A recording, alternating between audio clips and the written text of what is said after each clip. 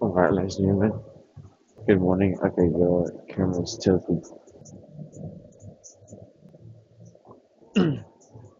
So, yeah, so another morning. So, hopefully, everyone enjoyed yesterday. Apparently, yesterday we hit one of our highest.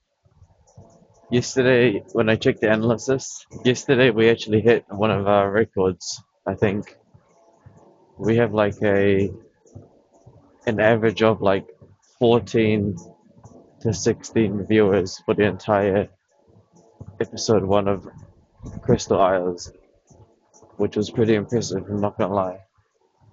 I guess the thing is that when I stream, I don't actually see the live numbers until the end. It's because I think that seeing the number of viewers while you're recording isn't really worth it because then you start to act different knowing how many people are watching, right? Like you'll get mood swings on like when it's zero or one person or 16, right? So that's why when we do OBS things, I don't even, I don't even, what's the word? Rush them or something. Yeah, it looks like within our walking group, there's like one infected thing that's messing up the waters nearby me. There's this like one bait fish who is very small and annoying. It's like the size of my thumb, but it's causing my mind to like shut itself down. So it's like giving a sleepy startup instead of letting the older system start the game up so it overrides your system. Oh yeah, today we'll be doing a lot of hunting and fishing this morning. So yeah, this morning I've basically set up my masterclass kit slash class. I will be bringing basically my most highest win rate things and see how it works. Only downside is that this morning there is like some vibrator or some kind of. All I know is that there is a mix of feminine stuff in our. Oh, what am I saying? I think I'm just half asleep. Oh, well, yeah, I actually am. Sorry. I don't think any of that made sense. No, it didn't. Oh man, I just caught myself from dreaming about some random as sky tall. Something that's really weird is that this gym has a really strange smell now. It's like, ugh, yuck. I don't know how to give the comparison. It smells like something, something that's being fermented, of course. We're gonna have to play really slow right now because I have no idea what this guy's intentions are. Okay, this actually smells really good. I have no idea what's going on, but it's the gym's starting to smell pretty bad. What the hell? I'm seeing red. Like I'm literally seeing red. What the hell? No, I'm not even joking. Oh, in fact, it's gone. When I opened my eyes, all this red color was like brighter. But now it's back to normal. But for a few brief seconds, everything around us was like red. That's kind of cool and interesting. Too bad couldn't get the footage of that. It is what it is. So we're playing really slow walking today because there's like an enemy push that I wasn't aware of. And the place is also bright blue. It's a mix between bright green and bright blue. So should have talked more today, but it looks like the the sleep is kind of catching us, and we can't really have another medic bay. No, we can't really have another engineering up and running. Almost fell off the story.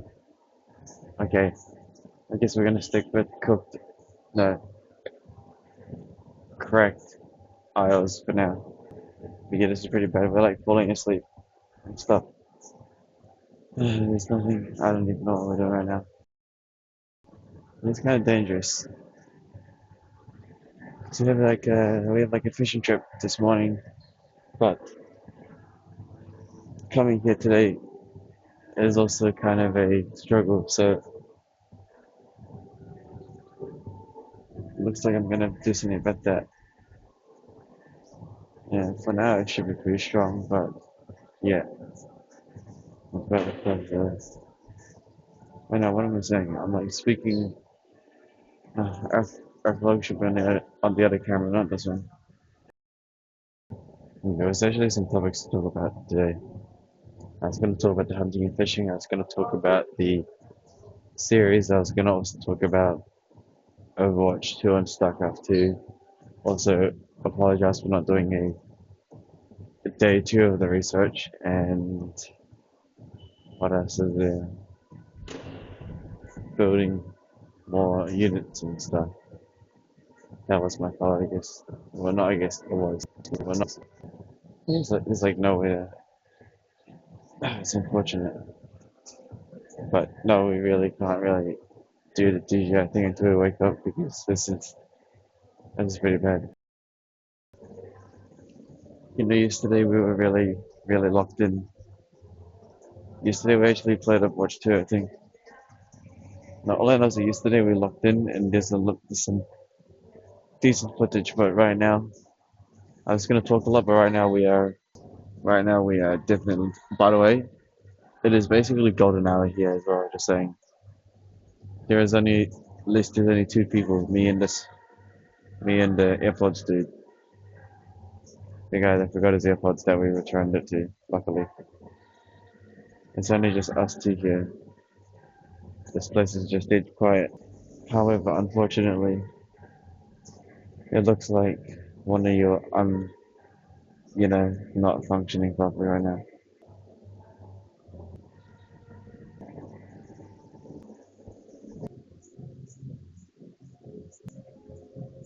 All I know is that outside smells really bad. I think we're slowly waking up.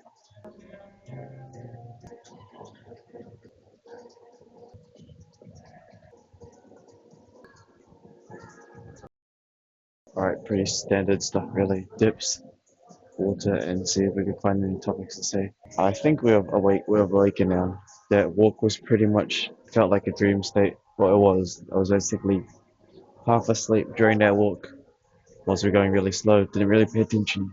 But, well, we're sore from yesterday. Oh my goodness. Oh, these dips are a lot more sore. Wait, so yesterday, what did we do? Dude, we did a lot of stuff. We did like Overwatch, Arc, and yeah.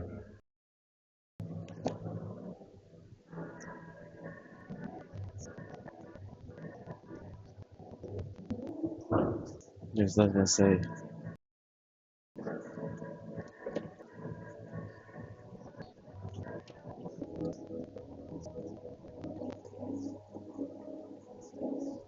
Oh, joy. Yeah, really, it's just dips, water, and I don't even know what else there is to say, to be honest. Really don't know what else there is to say. Yeah, all I know is that yesterday's Arc stream got quite popular. Um, the Overwatch was also quite decent as well. Well, no, the Overwatch wasn't like popular, but I kind of enjoyed it. There's a lot of action to it. I haven't played a shooting game in a while, so Overwatch was definitely quite interesting.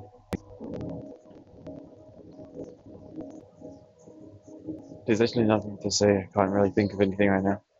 I'm sure I had lots of topics to talk about, but due to that blackout, like that dream state this morning, Sigma water went down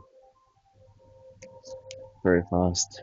Now, when it came to food yesterday, we ate some corn, rice, and meat, and milk. Okay, time to go check our weight. I have no idea what we're going to be. We might be actually reaching 71. All I know is that today's muscles are they're a lot more sore. So that means that they're building again. Because, sore muscles mean building, and more muscle means heavy. No, no. Guess I was wrong again. Looks like we managed to range back down to 69 again. We've ranged back down to 69.75. So I guess it is what it is, right? just ranging. But yeah, Crystal Isles is gonna be kind of interesting, but I think when it comes to Ark, we're not gonna do any more like boss things, man. This takes so long. Also, I was trying to edit, I was thinking of planning to edit the Ark episodes, right? But the thing is, it's just that I can't find anything to cut.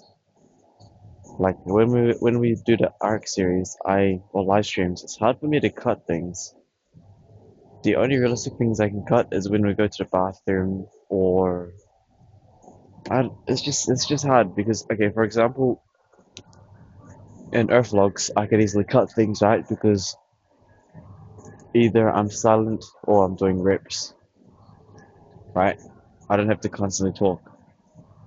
But when I'm playing a video game, I can literally be talking non-stop, no matter like I literally will non-stop talk, and I won't barely pause.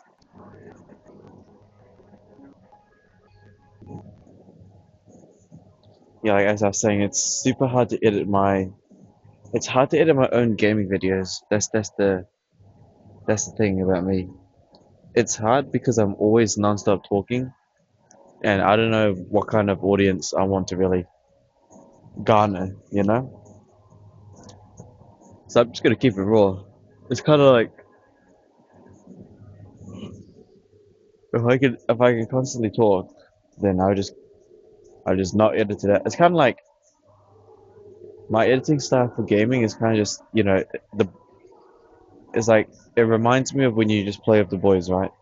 Like you just on Discord you just stream a screen, and that's just how I play my YouTube videos. That's it. Don't really have any other fancy edits. Like I said, I'm sure when I'm like more when I have more funds, I might give it a try. But when it comes to editing for myself right now, I'm not really trying to, promote brain rot for now. Because a lot of the YouTube videos that are edited heavily promote trying to brain rot to a degree. Because it's so fast-paced action that I don't know. It's more like the way I edit things is more raw and just is like more me. But if I get like a crazy edit on like the Ark series, it's just like I don't know. Actually, I don't know what I'm saying. All I know is that it's hard for me to edit gaming videos because I'm just always talking. So it's really hard to edit because I don't know what to cut out because I don't know what you want to hear. But for example, when it's like fishing, I can easily edit that because easily can edit that because I know what to cut out. You guys just want to see the fish or the action. Majority of the time, it's just me casting.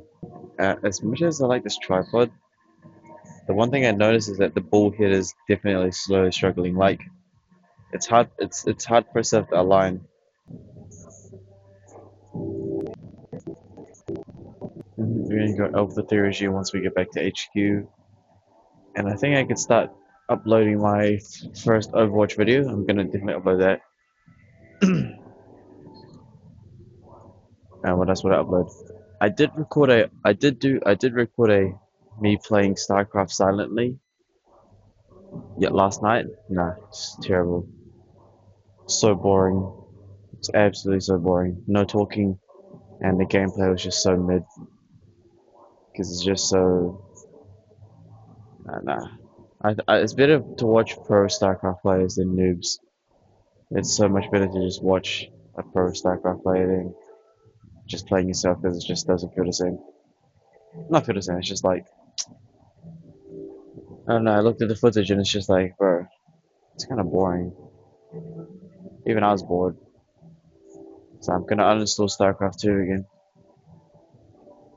I hate to say it, but Overwatch 2 is actually a lot more entertaining. But again, both StarCraft 2 and Overwatch have zero story.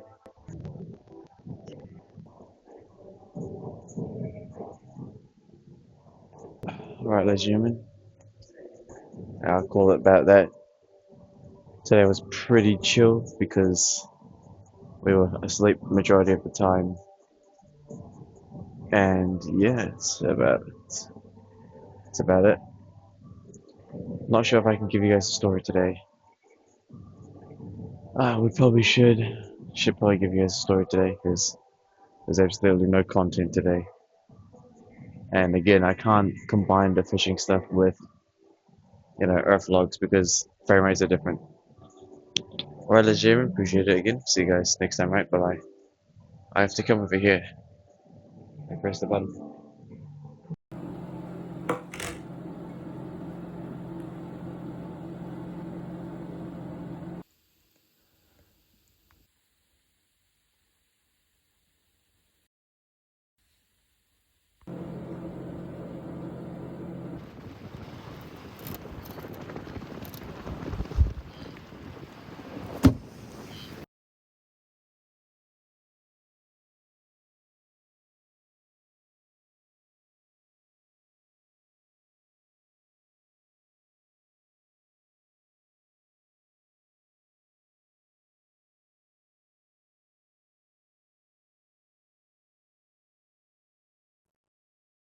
Oh, I'm so pissed off.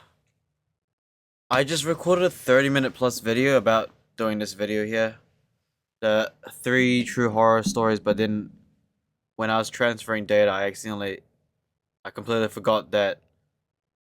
I'm pissed off. Fuck's sakes.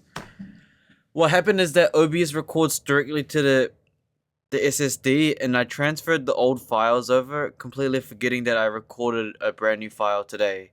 So when I formatted the SSD, that entire 30-minute footage is gone. I'm so pissed off. Oh, that kind of annoys me, man. Okay, well, to give you a quick recap.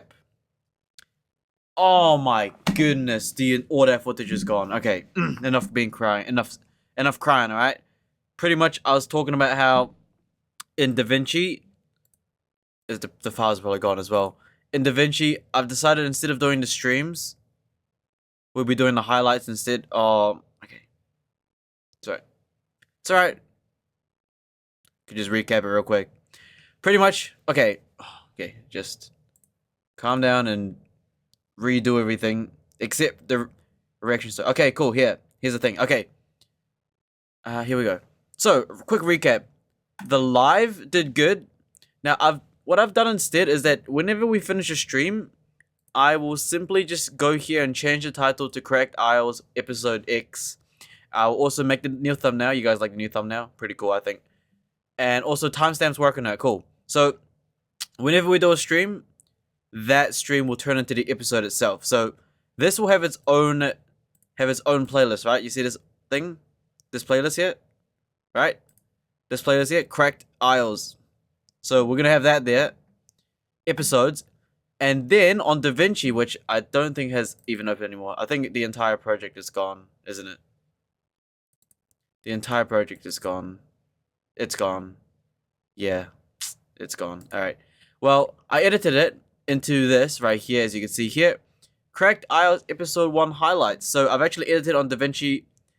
So we're gonna have two playlists. Playlist 1's going to be the live stream itself, which is going to be the actual episode. So if you really wanted to watch the whole thing, you can watch it there because I talk nonstop anyways. And the highlights will be special, funny moments, moments that I think are pretty cool. Alright? Avoids most of the mundane talking. What else is there to talk about? Yeah. So, yeah, we'll be doing highlights and live streams now for the Ark series. Now, after that, what I also did was... Oh, that file is gone as well. I got the archive of it, but we also played some StarCraft. If you guys wanted to see that, let me know in the comments if you guys want to see some StarCraft actual videos. Anyways, we also did the story. We did the last 2 stories on this, but okay, yeah. There's there's no room for crying. First story was pretty much just about a daughter not realizing her blinds were closed, but the time gap was so stupid that it doesn't really matter. So a relevant story. And then the other one was just hard to believe that someone was living in the house. So basically, the lessons are security camera, door chain lock, and just be more perspicacity, alright? That was basically it, but I'm kind of annoyed that I lost that, so I'm thinking we do a... You know what, why don't we do this? Shut up. Okay, we're gonna be doing 3 very true being followed horror stories. Yeah. Why is Firefox always glitching? It was completely my fault for formatting the SSD. It's definitely because I had a habit of formatting the SSD whenever I'm done transferring files, but yeah, it's a big mistake from me. Recently, it's because since we've got a whole bunch more games on the PC, I have to be recording everything into an SSD. So yeah, I have to be more careful about that. That was completely my fault. Can this thing... Okay. Relax. I'm just pissed off. Sorry. We're gonna do one episode of this, but I am kind of pissed off that I lost 30 minutes of that footage. It hurts. It is what it is though, you know? My fault. I'll learn from next time. Okay. Youthline. Sorry. I was gonna say something bad. YouTube getting real comfortable with these ads though, I ain't gonna lie. Alright, anyways. We'll do one story of this, alright? Being followed. Let's go.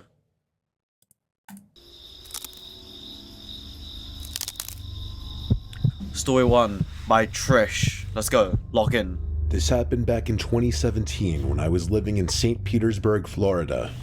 I've always been a homebody, so when my coworker Jenna, who is about 10 years younger than me, started relentlessly begging me to go out, I kept declining. She and another girl from work, Mira, were persistent though, and after weeks of asking, I finally gave in. I told Jenna I would join them for a night out the following weekend. As the weekend approached, sorry, let's go recap real quick.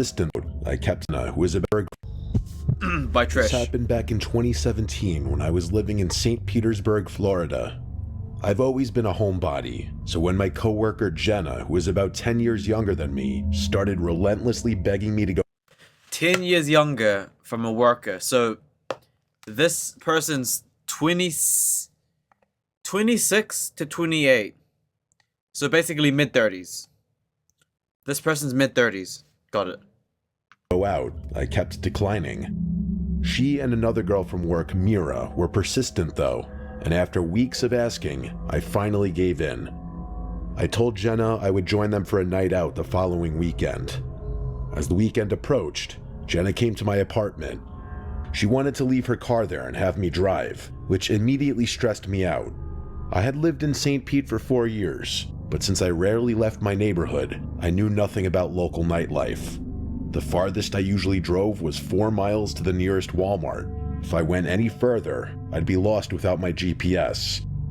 That evening, we got into my car and headed toward Mira's apartment. When we arrived, Mira wasn't quite ready, so we went inside and waited. Once she was ready, all 3 of us piled back into my car. Since I was driving, Jenna had to navigate. We eventually ended up at a busy club. We went inside, found a spot, and ordered some drinks. We hadn't been there long when Jenna said, "Hey, I'll be right back. I see someone I know." She then asked Mira to go with her. I remember feeling a sharp stab of annoyance. Why beg me to come out only to leave me alone moments later? But I waited. A few minutes later, Jenna and Mira returned, smiling. "My friend bought us around," Jenna announced, handing me a glass. I trusted her, she was my coworker, so I took the drink, as they did theirs. I believe Jenna's friend bought us 2 rounds each. It wasn't long after the 3rd drink that something felt terribly wrong. The room didn't spin, but a wave of thick, unsettling dread washed over me. I turned to Jenna and insisted we have to go now. The next few hours are a blur. I don't remember leaving the club, but apparently we did. The first thing I recall clearly is sitting outside Mira's apartment complex, still in the driver's seat of my car. I heard Jenna and Mira talking. Why are you drinking and driving? So irresponsible. Hey, let's get in a car and drive. Where we're going? We're going to the club. That means you will be drinking. That's a good idea. That's a good idea. You better drive us there to the club right now. We're gonna definitely get some drinks. But you driving though, you know what I mean? Yeah. And you're a woman. I'm assuming she's a woman, right? I'm assuming this coworker's a woman. Because... who knows? And whatever they said, some combination of words I can't recall to this day, instantly triggered my fight or flight response. I didn't need to understand the words.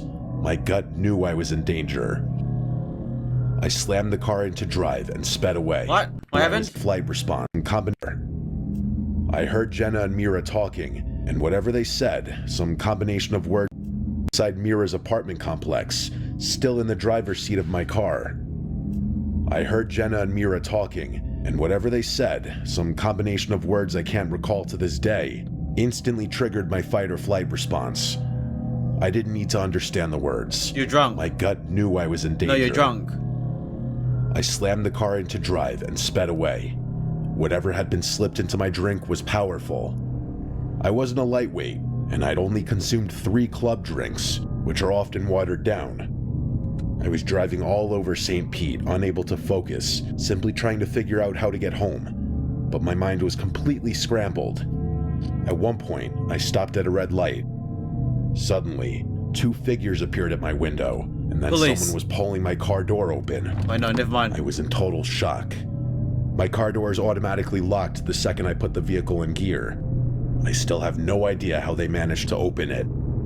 2 strange men were actively pulling the door open. Ma'am, you need to leave the car. You're drunk. Ma'am, please. Flashing lights and blue-red flashing lights behind her. And the sight snapped me out of the mental fog just enough for me to hit the gas and flee the intersection. After that moment of sheer terror, the memory vanishes again. The next thing I remember, I was sitting The next time I remember, I was sitting in a cell in a police station. in my car parked near a row of quiet homes. I was staring blankly at my phone, trying desperately to figure out how to operate it. But the drug had made me so paranoid and confused that the simplest action felt impossible. She making it act like she got spiked. She was just drunk. I highly doubt she got spiked. I highly doubt she gets spiked. She's probably just drunk. I looked around, saw no one, and convinced myself I was safe for the moment. I reclined the seat and fell into a deep, drug-induced sleep. I woke up around 5 a.m. with the drug wearing off. You mean your hangover? Your alcohol? I swear you're not drugged. This person, I swear she not drugged, man. She just had drinks and she just fucking driving and drinking. Where did your mates go again? What happened to them?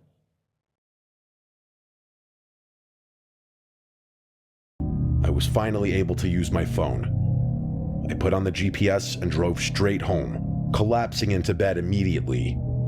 I woke up again around 11 a.m. to 20 missed calls, mostly from Jenna, but a few from a concerned friend. When I called Jenna back, she was frantic, demanding to know where I went. "What do you mean?" I retorted. "Your friend spiked my drink and I wasn't sticking around to find out what was going to happen next," I told her. Jenna then let slip a chilling line. "Well, the spiked drinks weren't meant for you." What? That casual admission was all the confirmation I needed that she was involved. She quickly told me that she would stop by later to pick up her vehicle. Before she arrived, the memory of those 2 guys opening my door returned with jarring clarity. Had it been a hallucination or was it real? I went outside to check my car. And there it was. The plastic casing of my driver's side door handle was completely missing. What? Whoever had been holding onto that handle when I sped away must have ripped it right off. The physical damage confirmed that the terror I felt wasn't a delusion. Someone had tried to get into my car while I was drugged, driving alone, and vulnerable. I was furious that Jenna had put me in such a predicament. I never spoke to her again. The moral of this terrifying story is simple. Don't drink and drive. Be careful of some of the 5 people you spend the most time with. Honestly, it's an avoidable situation. Like, hey, I'm a 28 to 30-year-old woman. These teenagers and young adults, they wanna go to a club. They want me to drive there. What do you do at clubs? You drink.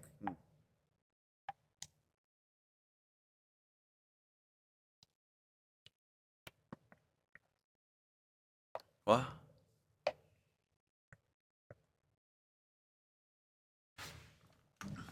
And it's the only reason I'm still here. Always trust your instincts. You should have just not drove there. To be like, I don't understand. Why drink and drive? Your gut feelings are always right. Fuck off. Next. You know, it is what it is. I'm a teenager that lives in a lively coastal town in a small enough country. It's very popular among tourists during the summer and becomes quiet during the other seasons. The main attraction of our town is the beach that stretches a few kilometers down to these sand dunes that are great for a scenic walk. The hills within are easy to get lost in, but at the same time easy to make your way out of, as if you walk a kilometer in any direction, you're sure to be back on the beach or on the path that leads back to a car park. I mean, that's pretty hard to get lost on the beach, right? You either just go that way, and you'll walk into the ocean, or you walk that way into the car park, or you walk that way and you just continue down the beach, or just continue the other way. How can you get lost there? Can't you hear the ocean? Oh, ocean is that way. It's like impossible to get lost. This car park is around 15 to 20 minutes, provided you make good pace, so you're never truly isolated there. During the day, you'll always see families with young kids taking a stroll down there, or somebody walking the dog. My point here is that the dunes are known to be safe during the day, and if you get lost in them, you shouldn't panic. This story takes place a few weeks after school started back up, so town is quieter and the evenings grow darker. My friends and I are part of the local scout group. Our group is split into 4 groups, being Beavers for ages 5 to 8, Cubs for 9 to 12, Scouts for 12 to 15, and lastly, Ventures for ages 16 to 18. We meet every Thursday from 7 to 9 p.m., whether it be inside or outside, it depends on the time of year. On this night, it was the Scouts' first night back after the summer break, so as per the tradition, we meet at the car park by the walk to the sand dunes, and the Scouts would walk down to the sand dunes. We would have the older Scouts hike up the biggest of the dunes, and then have the newer Scouts, the 12-year-olds, follow them so the older Scouts help the newer Scouts to reach the top, and when they do, they are officially considered Scouts. So the Scouts set off, while me and the other 8 Ventures stayed behind to practice our first aid for about 45 minutes. Okay, so 16 we did to pretty 18. well in that, and we decided we still had time to go to the dunes. The quicker walkers, including myself, reached the dunes first.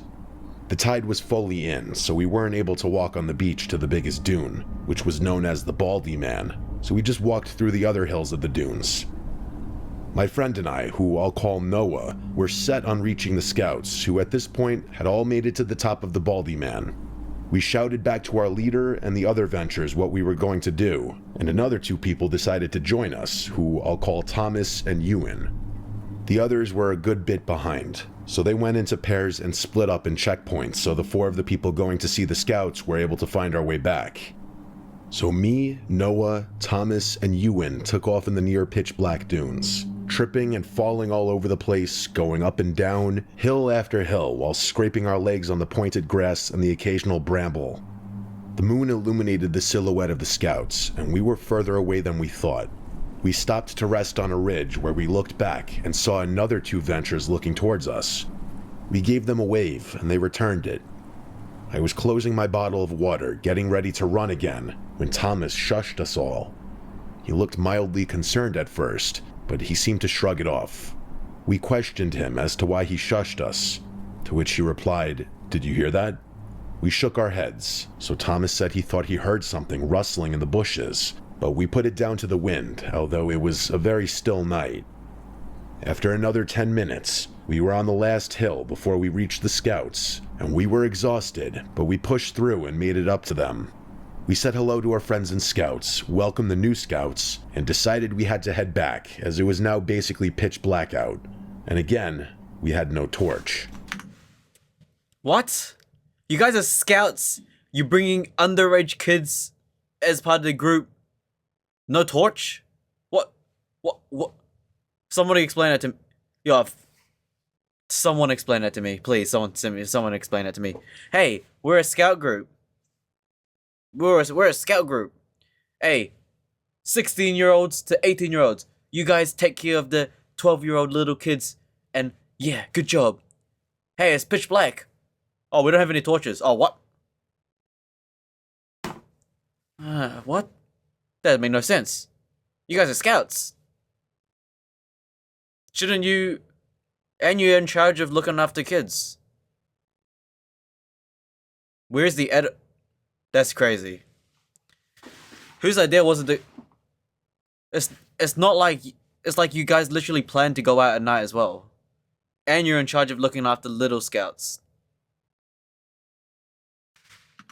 We tumbled down the big hill, catching our footing again on the sand, and we began making our way back to the ventures we saw on the ridge.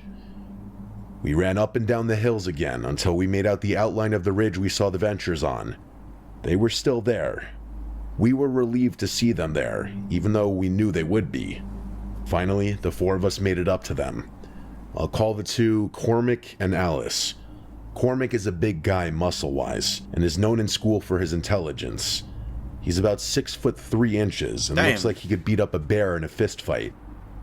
Alice is a quiet girl, but very smart, both in school and in social situations. Even without a torch, I could see a look of panic on Cormac's face, along with Alice visibly shaking beside him. "What's wrong?" asked Noah, speaking all our minds. Cormac looks me dead in the eyes and says, "Were you walking around on your own down there?" Pointing down to a clearing in the hills where people might come to have a drink or a smoke. "No, I've been with the others the whole time. Why?" I replied, feeling my heart rate increase. I think all of us had the same realization at the same time. We could nearly feel each other's blood run cold. Alice and I saw a man with his hood up, dressed in all black, circling this clearing, obviously avoiding us. "We thought it was you at first, but it was too out of character for you," Cormac said, looking at me. I was about to speak, but Cormac kept going. He said, "When we waved at you from the other ridge, we hadn't seen this guy yet, but the minute you were off of it, we saw what I assume is the same guy standing where you stood, looking in your direction." It hit me then, and I had a constant shiver running through me. Thomas must have heard him moving around when we were up there. We were being followed. There's safety in numbers, so the six of us made our way down to... That just makes it even worse, right? It is a public place, you know? Can someone explain that to me? So you're a group of scouts. You decide to meet at a public place in the beach at night, no torch. To the clearing where the man was spotted. "He didn't even have a torch," said Alice in a shaky voice. You guys don't have a torch either, no? Cormac and Alice rushed toward the scouts to warn their leaders about the situation, while the other four of us stayed back and kept watch in the clearing. Cormac and Alex came back quickly after warning the scouts. It was oddly quiet now. We were terrified that this man, dressed in all black without a torch, circling the place, and most scary of all, alone in the pitch black dunes, was gonna jump out and attack. Luckily, that never happened. We hurried back to the car park, finding the last three ventures along with our leader on the way back, notifying them of the situation. We were nearly out of the dunes when one of the younger scouts let out a scream which prompted all the You actually had younger scouts with you as well. That's insane. others to run. Noah and I, leading the walk back, were the ones who rushed to the kid first. The poor child was in tears, and when we asked him what happened, he pointed to my left. There he was, the same man, standing on a ridge, just looking at us. Noah told everyone to run, as he said he saw a knife in the man's hand. The ventures all carried the slower children back to the car park. Yeah, who's Whose idea is to organize this? Whose idea? Whose idea is to organize this? Someone. Where the parents at? Where's the adults? Who organized such a thing? Who? Which was safe as far as we assumed. I never saw the man's face, nor do I plan on finding out who it was. The scouts and ventures were collected by their parents, who I assume all have their versions of the story, but only a handful know the full one. Yo, someone canceled that, like... Who organized that? What? Doesn't make any sense.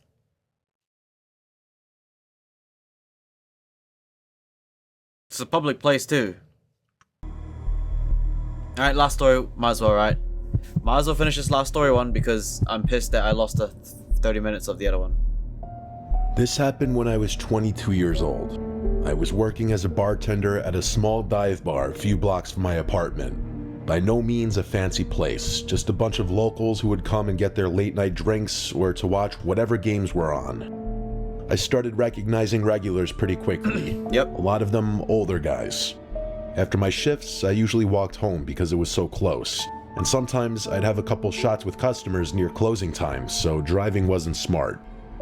The walk only took about 7 minutes, and I had done it so many times that I never really felt scared before. There was one regular who always made me uncomfortable though. His name was Jared. I knew this because of his credit card. He looked to be around his late 30s, maybe 38. Now, if you're a bartender, I don't know if walking home is a smart idea, right?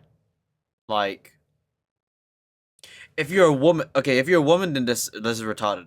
If you're a man, I get it.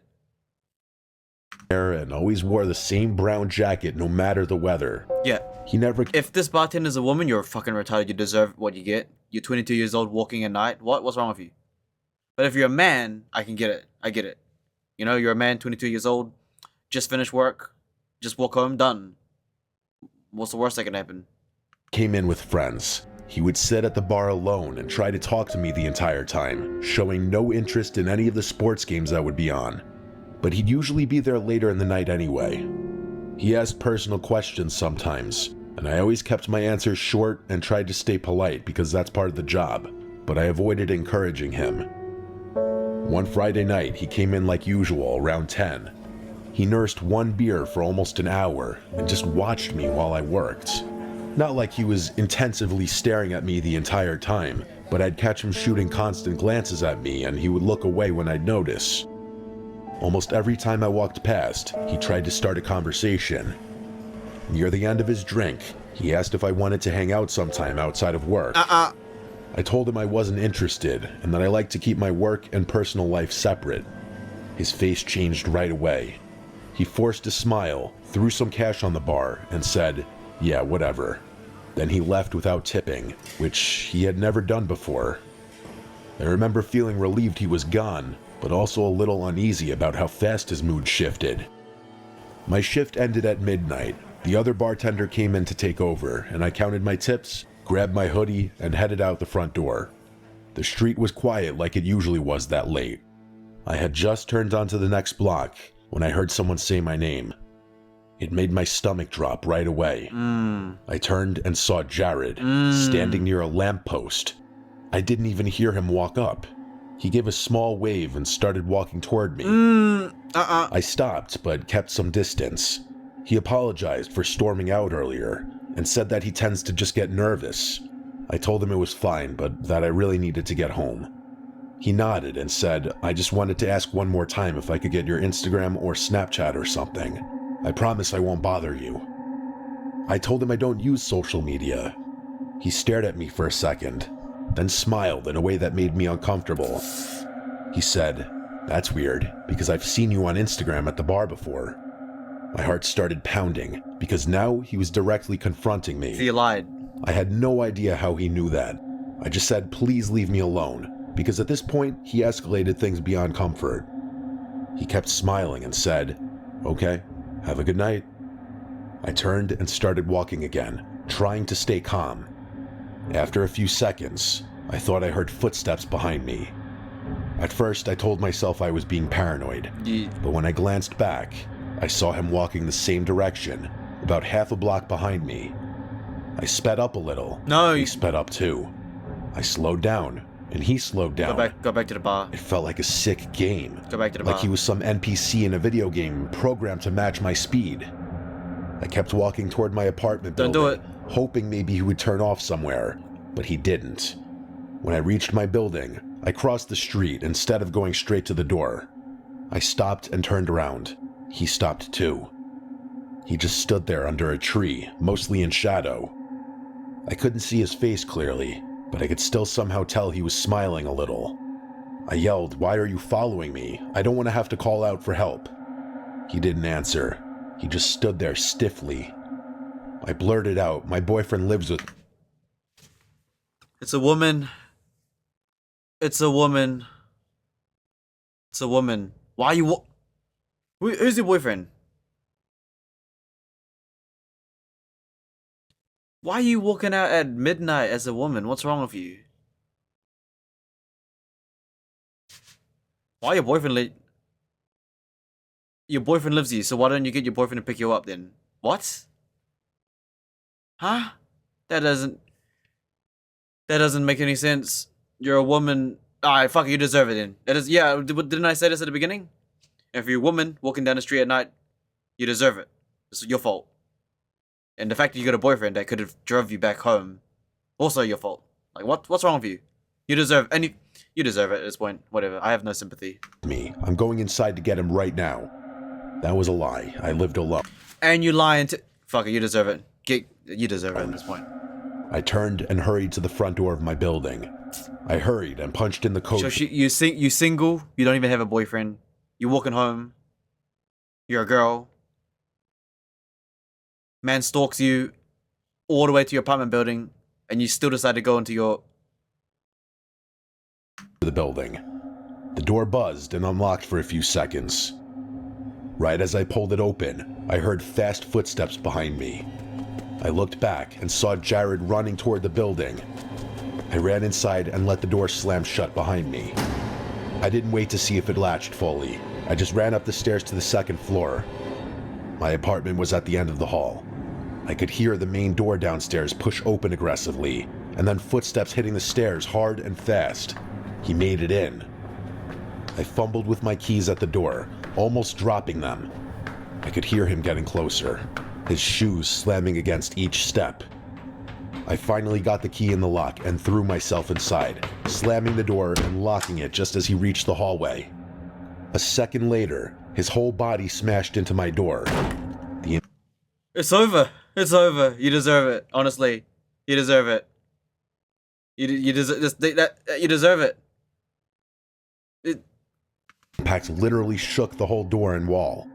I screamed and backed away, grabbing my phone. He hit the door again, harder this time, like he was trying to break it down. Then I heard another door open in the hallway, and a man's voice yell, "What the hell are you doing?" The banging stopped. There was silence for a second, then footsteps quickly moving away. I looked through the peephole and saw my neighbor, an older guy who lived across from me. He was standing in the hall looking confused and angry. Jared was already halfway down the stairs, not saying a word. My neighbor knocked gently and asked if I was okay. I opened the door a crack, shaking and crying. I told him everything while he stayed in the hallway with me. He said he had heard the banging and thought so. I'ma be real. I'ma be real here. Just FYI to everyone, especially if you're a girl, right? It depends on how much you trust your neighbor, but I would be pretty wary of being... I wouldn't... Really depends on your trust level, ladies, but in that situation, it really depends on how much you trust your neighbor, but I wouldn't trust it. Because the problem is, imagine this scenario here. Jared left. He left. Your older male neighbor comes in and helps you. You never know what happens. They could come get... He might come get you now. Like, I'm just saying, for the ladies and for just being perceptive, I wouldn't really trust your neighbor either. It depends on the context, of course, but I wouldn't trust anyone at this point. Even if it was a neighbor, I wouldn't open the door. I would still call the police because worst case, you never know what happens. That neighbor that you thought was gonna help you, be like, you know, he might just turn into the second bad guy and come get you. I'm just saying, like, be real careful about that situation. I wouldn't trust the neighbor either, because the neighbor could also turn on you. Just make sure, if you're a woman, like, actually, like, I'm serious, be careful, and like, don't any police, all right? Even if it's your neighbor, don't really open the door. Be like, I'm good. I'm calling the police though. Don't open the door, because imagine worst case scenario, your neighbor's also a predator, and when you open the door, he comes in, he's like, I got you, don't worry, and then you're dead. Or like, someone was trying to break in. I called the police, and they came that night and took everything very seriously. I gave them Jared's name from his credit card at the bar, and the building owner pulled the camera footage that showed him running in after me. My boss gave them the bar footage too. The next day, an officer called me and told me they had identified him as Jared Perez, and that detectives were sending the case to the prosecutor. It would be treated as stalking and unlawful entry because he chased me into the building and tried to force my apartment door open. Hearing those words made everything feel even more real, but also a slight bit reassuring. I went to the courthouse the next day and filed for a restraining order. that's not gonna work. I had to tell a judge everything that happened, and they looked at the police report and the security video. The judge approved a temporary restraining order right away, and police served him with it soon after. I was told the prosecutor was moving forward with charges related to him trying to break into my apartment. I still worked at the bar for a while after that, but I stopped walking home alone at night. Even with the court order and the charges, I felt scared every time I came back to my building. I would check over my shoulder the whole walk and rush inside as fast as I could. Nothing like that ever happened again, but I never forgot this incident. Sounds like a horror game. Jeez. Why are you a woman walking at home at night anyways? Like,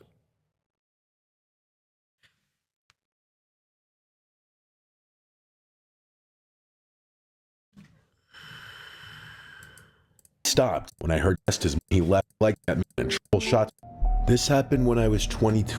22 years old. 22-year-old female working at a bar, walking home at night from work.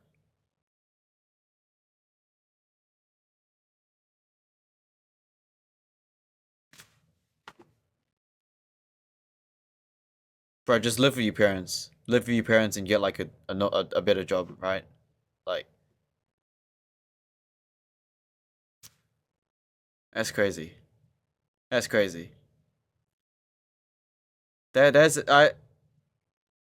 Why would you, again, walking alone as a woman is just retarded anyways, right?